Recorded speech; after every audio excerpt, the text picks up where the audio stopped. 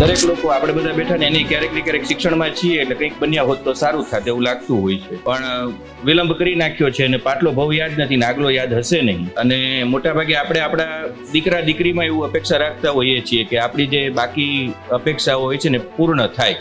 ઘણી વખત આપણે વધારે પડતા હાર્સ પણ બની જઈએ છીએ, ન ગમતું હોય એવું કરાવડાવીએ, જ્ઞાતાર થવાનું છે કારણ કે મારે રહી ગયું હતું, આવું પણ કરીએ છીએ. એટલે હાર્સ થવા કરતા કરિયર તો બાળક પોતે ચૂઝ કરશે, પણ એને જ્યારે ચૂઝ કરવી હોય ત્યારે એની પાસે એ એનર્જી ન હોય, એની પાસે જ્ઞાન ન હોય, એની પાસે નોલેજ ન હોય કે હું ઈચ્છું છું આ ડાયરેક્શનમાં જવા માટે, હવે મારી સમજ વિકસી છે તો આ સારું છે, પણ ત્યારે મોડું થઈ ચૂક્યું હોય છે. આવું સામાન્ય રીતે આપણને જોવા મળે છે. ગુજરાતમાંથી સામાન્ય રીતે ઈચ્છા શક્તિ ધરાવનારા તો ઘણા છે અધિકારી થવામાં, પણ વિલંબ આપણે સૌ કરીએ છીએ કારણ કે દ્રષ્ટિકોણ પહેલેથી વિકસેલો નથી, વાલીગણનો હતો કે નથી વિદ્યાર્થીનો હતો. પણ હવે પરિવર્તન આવી રહ્યું છે ધીરે ધીરે. હમણાંથી ગુજરાતમાંથી યુપીએસસી પણ ક્લિયર કરનારા ઘણા બધા અધિકારીઓ હોય છે, ખૂબ વધ્યા છે પહેલાના પ્રમાણમાં. અત્યારે તમે ફિલ્ડમાં પણ જિલ્લામાં જોશો તો તમને ઘણા બધા આઈએએસ આઈપીએસ આપણને ગુજરાતી જોવા મળે અને આપણને એમ થાય કે આ કઈ રીતે થયા હશે, મહેનત જ કરી હોય એમ.